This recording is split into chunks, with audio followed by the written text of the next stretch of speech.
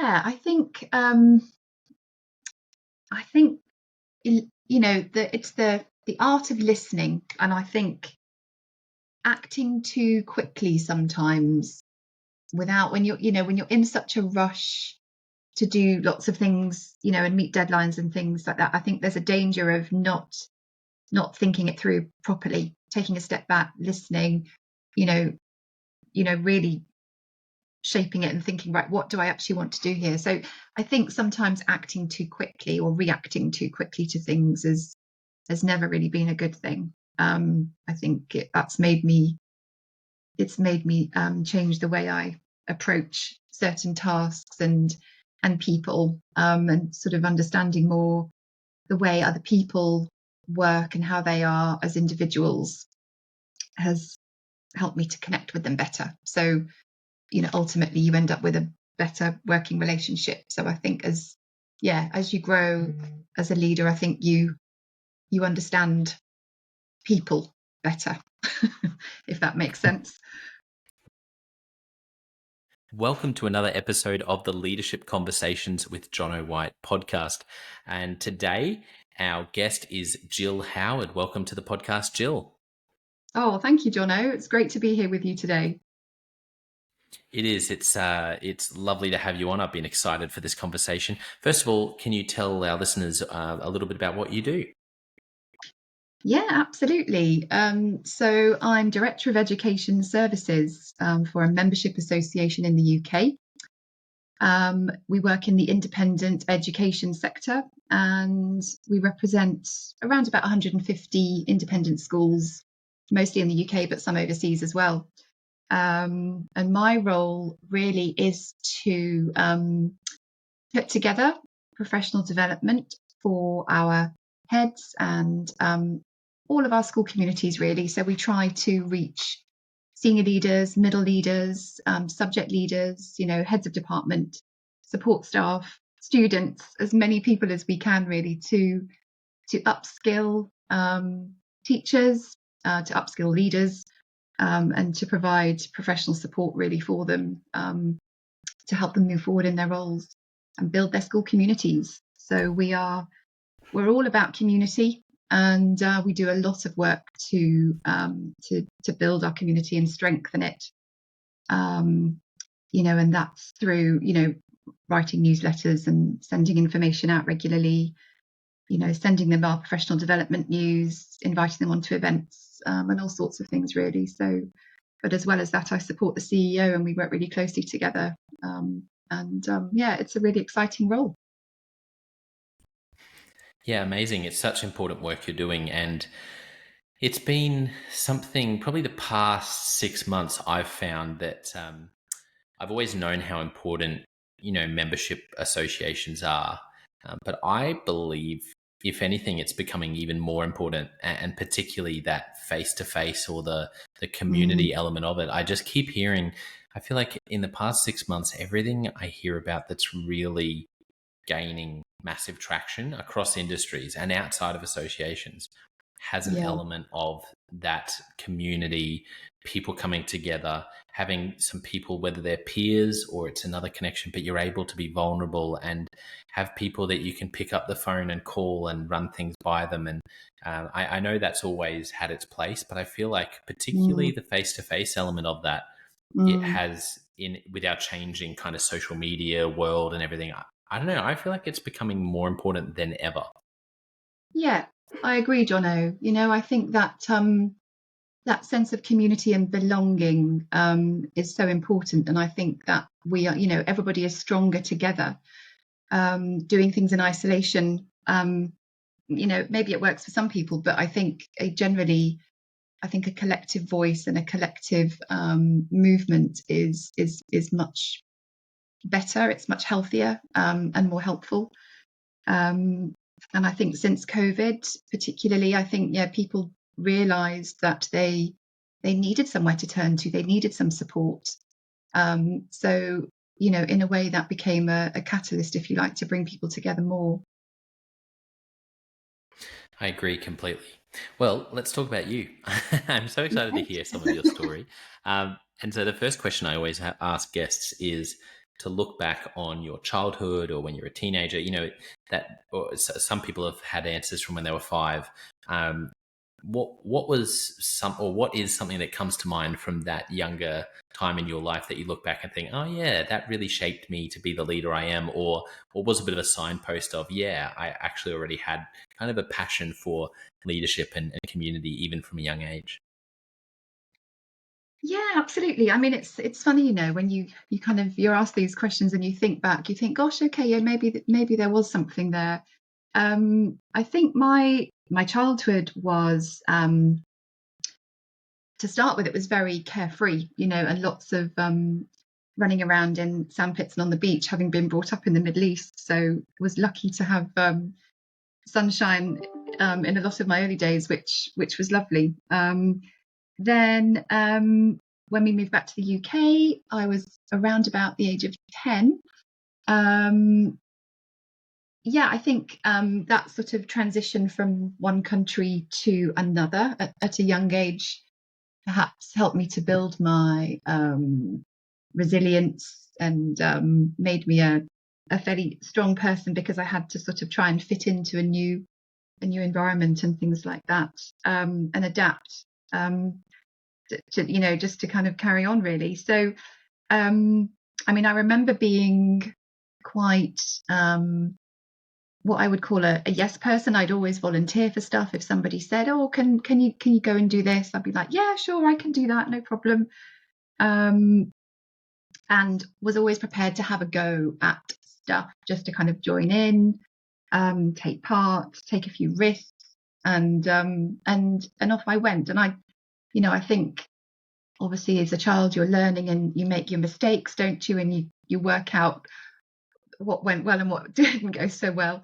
But yeah, from that,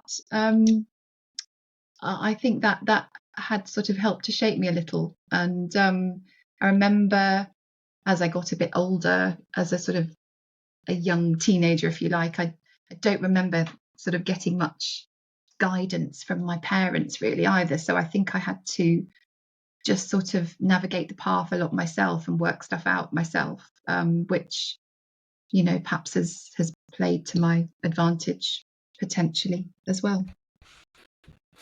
Yeah, I've been amazed how often I hear, when I'm with teams and I ask people, what's one, the most significant things when you were growing up that was a challenge, and it's amazing how often the answer is for people who had a big move, whether it was moving internationally, like you did back to the UK, Yeah, um, or moving around to lots of different schools if their parents yeah, had work where they would. And the funny thing is, I feel like those stories, it's never a case of, oh yeah, we did that, we moved around, but I guess it didn't really affect me. It always seems to be one or the other. It's always, it was the yeah, worst thing. It was the worst yeah, thing ever, and it was so hard. yeah, And but I recovered. Or you do get a lot of people who say, oh yeah, I guess that having to go to 15 schools, I had to learn how to adapt and find new friends, and that's probably part of why my personality is the way it is. So it's yeah, funny, people tend to regardless, I think those big moves when you're younger do tend to shape you a lot in the future. yeah, absolutely, absolutely. And I think I've always looked at it. Yes, it was. There's certainly been challenges, but always looked at it from a positive angle. That I've got to do this because I've got to make it work. So there was no alternative really for me. Yeah, absolutely. And what was, as you think back, what were, what was one of your earliest leadership experiences when you first had a chance to, you know, to lead, whether it was, I was thinking about myself as I was asking you these questions, sometimes I was vice captain at my school, but I don't know if I necessarily actually did anything that, Yeah. that I'd call leadership, definitely in terms of how you're modeling things and that side of it. But yeah, what comes to mind for you? Um, well, I think, yeah, at school, I suppose I didn't have much confidence. So I guess my leadership skills at school were probably not as strong as they perhaps could have been.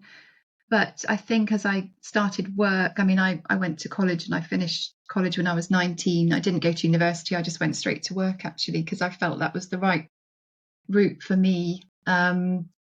And yeah, I think I started to kind of find my own, if you like, when I was around about the age of 19, and just sort of really built my confidence. And when I became so, yeah, I've had a lot of lot of interesting roles, really, Jono. But by the time I was 25, that was the first leadership role I had, and it was running a business centre in London, um, which I think it kind of took me by surprise a bit, because I thought, oh, okay, all right. Yeah, I've been asked to do this and I think I can do it, so I'm just going to get on and do it. So that for me was quite a turning point as well. And 25-year-old Jill, Yeah. what was some of your biggest learnings in that first leadership role running that business center? Do you remember any aha moments you had as a young leader? Oh gosh, I think the aha moments were definitely the people side of it. We had a really great team of really lovely people working there.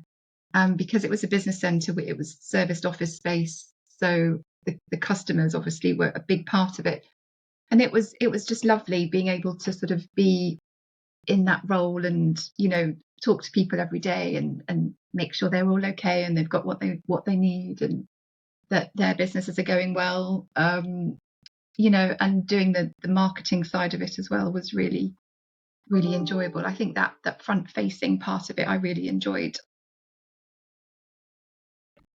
And did the people side of it, was that something that, did you feel like, oh, this kind of comes naturally to me, or was it oh wow, this is harder than I thought? Yeah, I think definitely some things came naturally. I think I've always seen myself as someone who I just like to get on with people, and I like to, I'm quite a friendly person, I think. But yeah, I think there were the things I found more challenging when it was a really busy role. I mean, it was literally doing 12-hour days. It was very, very tough at times. There was a lot to get done in the day, and it was more perhaps the stuff that I hadn't had much experience in, like the finance side of the business. That's what I struggled with more, because I'd never really been sat down and shown, I guess. So yeah, I had to do a lot of learning on the job as well as I went along. So there was a sense of having to, I guess, for you across your younger life, of having to figure stuff out yourself, not Yeah, necessarily having um, mentors leading you and guiding you into everything, but sort of having to just kind of pull your socks up and work it out yeah, yourself. that's it. Just had to get on with it, really. Yeah, which has its pros and cons. Yeah, well, that's what I was going to ask you from a professional development perspective, because it's something I've been chatting. It's something that's come up a lot when I'm chatting with people involved in leadership development across any industry, and it is that question of how much hand holding, how much support should people need? Is the ideal that they're able to just be guided and led every step of the way, and or are we, something that someone said recently that stuck with me about parenting, which is my stage of life. I've got a 2.5-year-old and a 5-week old. They said that every time you do something for your child, as they're growing Mm, older, mm, you steal that self-esteem from them. So you're doing yeah, it for them because you want to feel better, but you're actually taking the chance from them that they could have done it and actually had that mm, boost of self-esteem from learning something or pushing through. And I yeah, was like, oh wow, that is a really yeah. interesting perspective. And so it's one of these ones with employees and volunteers as well in nonprofit. How much do you handhold and do it for them, and how Mm, much do you chuck people in the deep end and that actually builds yeah, resilience? and yeah. and where's the balance? Do you have any thoughts on that? Yeah, I mean, I think it's delegation, isn't it? And I think once you learn that you can delegate and you don't have to do it all yourself, that feels quite liberating, actually. And yes, there was always that sort of, well, gosh, if I do it, it'll just be much quicker. Um, especially with my children as well, because there are certain things that just seem to take forever. But actually, once you start to let go and realize that you can let go and let them try it themselves, it's very empowering for them, and very liberating for you. So yeah, I think it's something that we all need to try, try to do more of. And delegating frees up your own time as well, and you're developing people as you go. So it's a win-win. Yeah, absolutely. I agree. And back to your story, I'm interested in some of the mentors along the way who have had the biggest impact on your leadership.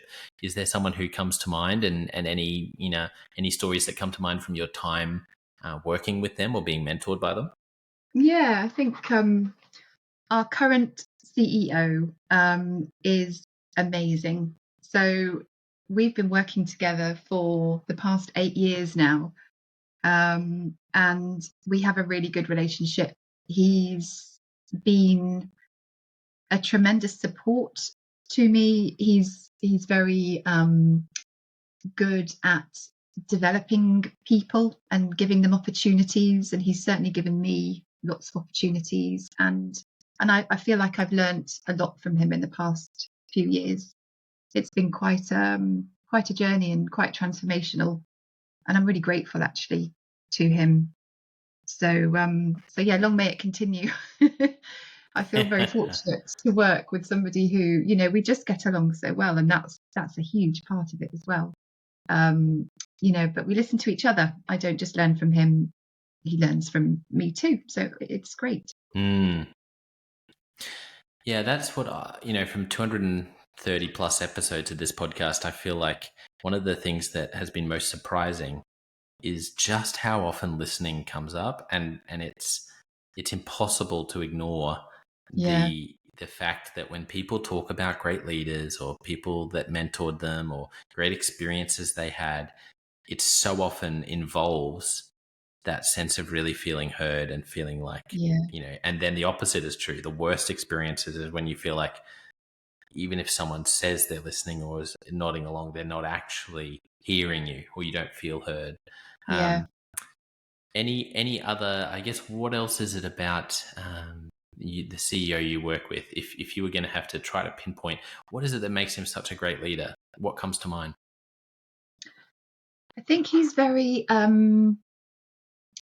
so we have built. I mean, so this is down to him as well. We've built this culture of um, well-being and support, and I think that is the the biggest thing that I can ever take away and sort of share with people is that culture that you work in is so important. You've got to feel like you're supported and that you belong, and that it's okay to make mistakes because we all do. That very kind of open and honest way of dealing with the team and dealing with issues that come up is so important. So he's led that really, and I think also, he's very fair, very reasonable, and he's very honest, and he's very caring and supportive. And I think, gosh, in a leader, those are all the sorts of qualities that I would look for. Absolutely. And I certainly try to model myself on him, because we can see that makes such a difference to the people that we work with and all of our members. It really shines through. So it's I can't kind of emphasize it enough. Yeah, I completely agree. I think this idea that people can be miserable at work and it doesn't Mm, affect the rest of their life. It's like, oh, yeah, they're not enjoying their job, but they're still loving life. It's like, no, your work is so important in your life. And this is why, as leaders, we have to prioritize building the environment like you obviously have in your workplace, where yeah, people do feel supported and it does support their yeah, overall well-being. It's not yeah. just a nice add-on to tick a No, box in leadership. It really is the other way around. It's kind of the foundation. um, yeah, it's something that I've really been wrestling with recently, is this idea of you know the the idea of who the people that we're leading, the stakeholders. So for a school, it's the employees, but it's also the parents, it's the yeah, teachers, sorry, the students, but it's also the community and the suppliers. if there's anybody who is we're achieving what we want to achieve as a school at the expense of someone, any person in that mix, like Mm, which often I think for schools we do it. We move mountains for parents, we move yeah, mountains for students, we move yeah, mountains for suppliers, and sometimes it's the teachers and employees that cop it, and yeah. that just has to change. And it's Hmm. hard. It's hard work. That's why I love hearing stories like you're talking about in your workplace where you feel that, because that is, we need Yeah. more of that. Oh, we definitely do. We definitely do. I don't think people realize the importance of it. I think, yeah, people talk about well-being, and you're right. In some cases it's a tick box. Yeah, we've thought about that and we've done that, so that's okay. We've done our well-being, but actually, it's the feeling, isn't it? It's the feeling Mm. that you create that makes the difference. Um, and I think the well-being of teachers is, yeah, really important. I mean, we know that there are teachers leaving their profession due to various reasons, which is it's really sad. But yeah, I think that building a culture of belonging and mattering and well-being and all of that is really going to help with retention of staff as well, and retention of pupils, because the pupils will feel it too. Yeah, I agree. And I think it's one of those things where for a lot of leaders, I think they're afraid that if they lean too much into things like well-being, that Yeah, everyone's going to take advantage of it or something. I think there's a bit of that fear, because it often is. It is, in schools. It's that when you're not playing with big margins, like you yeah, can't afford to have an extra 30%. Having to bring in supply teachers, if those things can take a big hit. But I think it's like so many other things that we can be afraid that the majority will take advantage. But I think mm, when you really lean into it and do things, make decisions, even if, as Patrick Lencioni says, willing to be punished. That's the sign that something is a true value. I'm willing to be punished for it. We're willing to be punished. We'll take a hit yeah, financially in order yeah, to do this. And I yeah, was just chatting with a CEO recently who was saying this about two departments in his company. And he was saying, I'm not going to pay them differently because one makes more money than the other. I'm going to pay them the mm, same because mm, that's fair. And yeah, even though it costs me more money. And I think that kind of thinking, we need to have a more abundant mindset to go and maybe assume the best of our people, to say, if we can be a bit more generous in how we treat our people around their well-being, yes, yes, yes, some of it might take advantage, but the majority of people are actually going to do the right thing, and it's yeah, worth taking the hit of anyone who does take advantage in order to yeah, show the majority that we care for you and you matter more than yeah. just the task you're doing. Absolutely, absolutely. And I think that arm of empathy, just understanding where people are coming from, just makes such a difference to their lives, and they think, oh, okay, actually they do get me, and that's great, because now I feel like somebody understands how I feel. So that's okay. So I can come to work and feel like I'm being supported, um, and understood and listened to.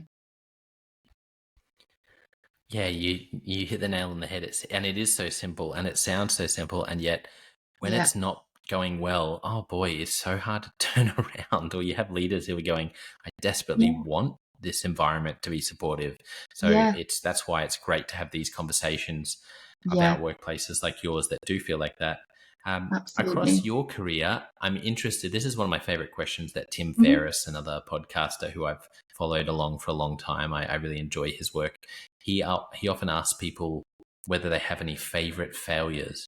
Because we Mm, often think of mistakes and failures mm. as terrible things and we never mention them. So I wonder if there's anything you think, oh wow, yeah, I probably um, that was a big learning moment for me, or I dropped the ball there, but it was, it was something Yeah. that in the end has been helpful for you and helped you grow.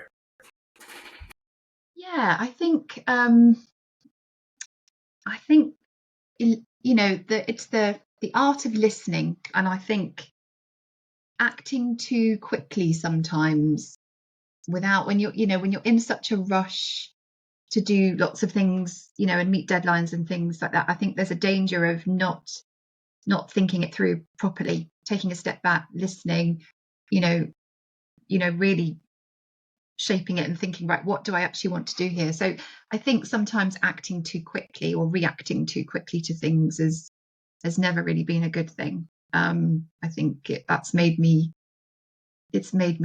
change the way I approach certain tasks and people, and sort of understanding more the way other people work and how they are as individuals has helped me to connect with them better. So, ultimately you end up with a better working relationship. So I think as you grow as a leader, I think you understand people better, if that makes sense. Yeah. You remind me of when I stepped into a leadership role and I, had only been in this role for, weeks. And there was something that I had noticed, and I'd read a book about something. And so as soon as I had this team meeting with the team I was leading, Mm, I kind of announced this new idea that I had yeah, that was going to make a big change. And I think back to that, and I just kind of hang my head in shame because I'm like, yeah, oh my goodness, God, the yeah, I just I think that idea of acting too quickly, particularly when you step into a new role, mm, and you're not doing a big turnaround or anything. It's more you can really take your time to understand the culture. It's so exactly. beneficial to wait and be patient and listen and hold Yes, back and don't act too quickly, because yes, I really did damage a lot of trust that I then had to rebuild, because people just yeah, looked at me and thought, you're just coming in to try to change things, and that this isn't broken, and it wasn't. no, um, no, and so that was definitely my experience of doing that myself, learning the hard way. yeah, no, absolutely. I think we've all been there, and yeah, I think that collaboration you get around a table with a team, also is something that you learn to do, isn't it? And perhaps be slightly more democratic at times Yes. when you can be. Obviously, there are times when you need to just make decisions and get things done, but there are times certainly for collaboration and gathering thoughts and working out the best strategy from that. Yeah, exactly. What about aha moments through your career? Does anything come to mind where you think, wow, that was a really significant aha moment about leadership for you? Um, I think, gosh, it's when you look back, I think, I mean, certainly recently I've had a feeling of delight, because the team is working so well. Everybody knows what they're doing. They get on with it. We've kind of created a well-oiled machine, I suppose, if you like. And I think for me that's something to be, I think we've achieved something here, and I think we're starting to see the benefits of that.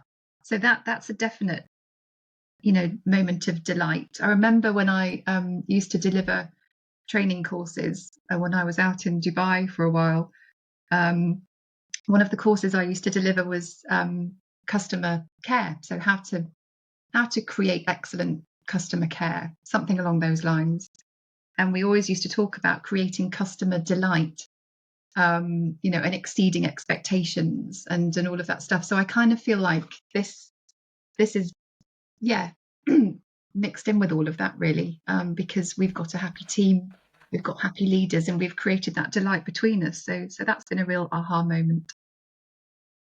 Yeah, I love that word delight. Mm, It's one of my favorite authors is an Australian who now lives in London, named Daniel Priestley. I don't know if you've come right. across any of his work. Um, Yeah, I'll look him up. always love finding an Aussie overseas doing things. But Yeah. yeah, he does amazing work with entrepreneurs and small medium businesses around marketing and also productizing, and he talks a lot about delight, and I Mm, think that word is so helpful, because often we can use different words around satisfied, but I think it's true. It's like Yeah. you know, and every point of the customer journey, he talks about, you know, where are you not delighting people? Maybe there's a couple Yeah. of points where they are delighted, but there might be a point you've never thought of where Yeah. there's just this gap in between. Yeah. And how can you? What does it look like to delight your customers and clients? And Yeah. so, yeah, I love the idea for you of saying, actually, as a team, Yeah. we're also Yeah. experiencing delight because we're obviously having some big wins and there must be Yeah. some real purpose there. So, Yeah. yeah, great word. Yeah. It is. It's a lovely word. Yes. One that we'll be using more often, definitely. Yes, me too. Yeah. Okay, well, I at the end of every podcast episode, I jump into Leadership Express questions and just kind of get you to answer off the top of your head. So, Okay. you ready? Yes. Go for it. Okay. First one. This is another Tim Ferriss question that I always ask. What book have you gifted the most to others? The Salt Path by Raina Wynn. Oh, The Salt Path by Raina Wynn. I haven't had that one Yeah. before. That's awesome. Okay, I'll definitely Okay. Google that and check it out. Yeah. Google it. It's a great book, great story, and it's going to be a film soon as well. In April, they're bringing it out. Oh, okay. Yeah, I'll check it out. Now, you must be across so much education being in your room, but for you personally and professionally, any great podcasts you're listening to, any books that you've recently discovered, or blogs that you're just finding really helpful? Can be education, can be outside of education. Yeah, there's a couple that spring to mind. So um, there's a podcast called Two Inconvenient Women with Rachel Musson and Holly Everett from Thoughtbox Education, which is Mm, brilliant. Um, they do lots of work in the triple well-being area, which I think I've spoken to you before about. you have, Um, yes. it's really interesting, and they're two great people. Thoroughly recommend. And then there's another one just for kind of personal interest, really, called Uncanny, with a chap called Danny Robbins. And Uncanny is exploring the supernatural, and they bring ghost stories to life and things like that. And it's quite, yeah, it's a bit of escapism.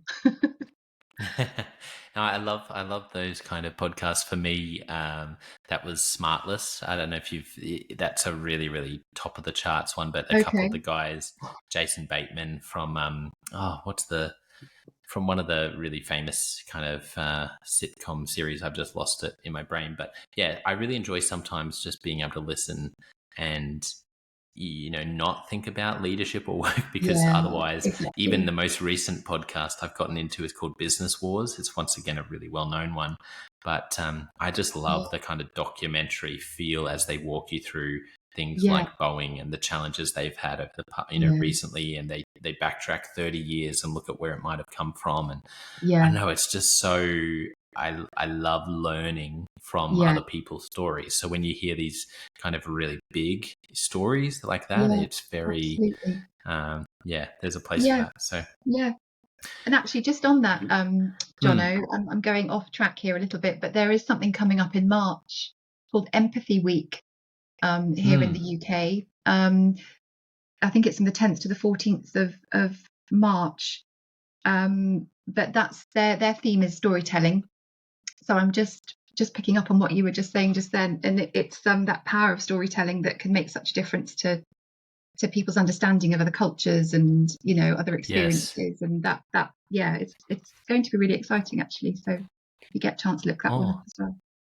Empathy Week, yeah, that's awesome. Mm, And I love all things storytelling. I am um, more and more convinced that, and it's really what I do when I do a keynote workshop. When I do a workshop, I often try to really engage everyone. It's interactive, right? But when you're doing a keynote and you can't get people to interact, my yeah, go-to is just, really great stories where some of them I might pull from my own experience, but then also finding stories yeah, where the kind of stories that really move you, that true stories of things that have happened or people, and yeah, how they overcame things. Because like you yeah, said, yeah, there's always that kernel or that seed inside which you otherwise it's really hard to translate, but that really yeah, does come across through a story. I love storytelling. yeah, absolutely.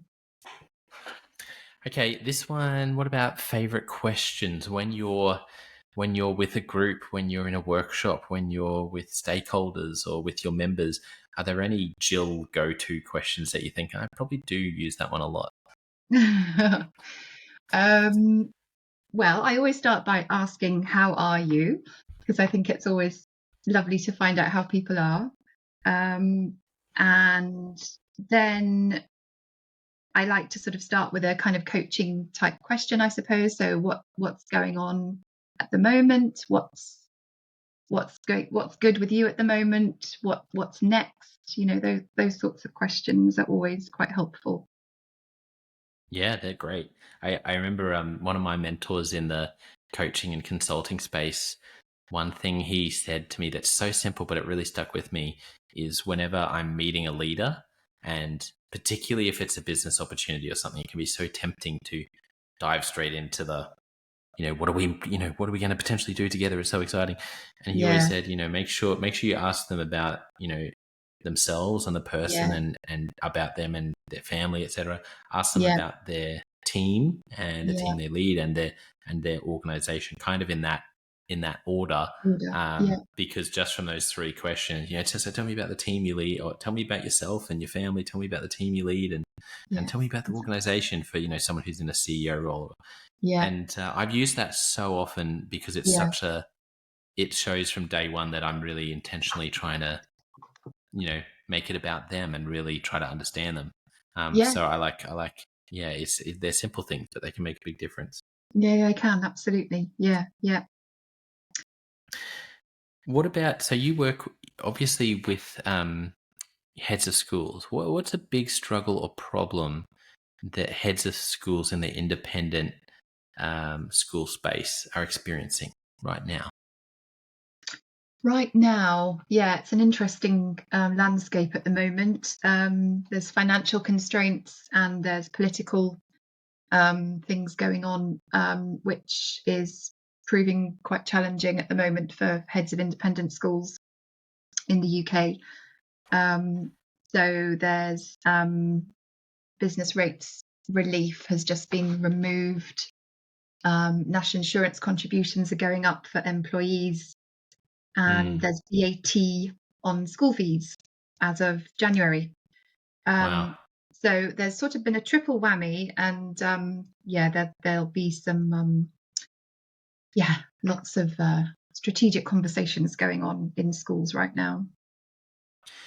Yeah, they're hard as well because when you have something that comes up that's in your control, Mm, then even if you maybe made a mistake somewhere and something comes back, at least you can fix it. But when things are coming from government, that are out of your control, that can be yeah, so disempowering.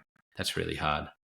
exactly. Because I think you have a plan, and then when something upsets your plan, you've got to, hopefully you'll have a plan B up your sleeve. But Hmm. it's just that sort of having the rug pulled from under you. You've always got to be prepared for, I think. Yeah, absolutely. Mm. Okay, last question. If you could only give one piece of leadership advice to a young leader, what would you say? I would say, um, don't be afraid. Be be true to yourself. Be authentic, but don't be afraid to take risks. I love that. Don't be afraid, be authentic, be true to yourself, Yeah, but don't be afraid to take risks. Thank you so much for sharing yeah, that, Jill. For people who are really interested in you and also in the association, where can people find you online, or if they want to sure. follow you? Yeah, so I'm on LinkedIn. So Jill Howard at the Society of Heads. I'm on LinkedIn, and obviously via the association as well. The email contact details are on our website. Awesome. Well, I want to thank our listeners for tuning in, and whether you're at the gym or in the car or going for a jog, I always love imagining someone having a real aha moment about leadership, listening to Jill while they're going for a jog somewhere in the world, somewhere. But yeah, thank you so much for tuning in, and but most importantly, I want to thank you, Jill, for generously giving your time and sharing your story. And yeah, it's been wonderful to chat with you, thought provoking, some of the things you've shared, and wonderful to hear about the workplace you're in, and And I think that for me is a great challenge, because I think, wow, it's always nice to hear those stories, because it's a reminder it is possible to build these Yes, kind of workplaces. We need more of them. yes. So thank you so much for the work you're doing, and thanks for coming on the podcast. No, you're very welcome, Jono. It's an absolute pleasure. And I've really enjoyed taking part in it today. And I hope everyone has a lovely day or evening, whatever time of day you're listening to this, and hope you have a great day. Thank you.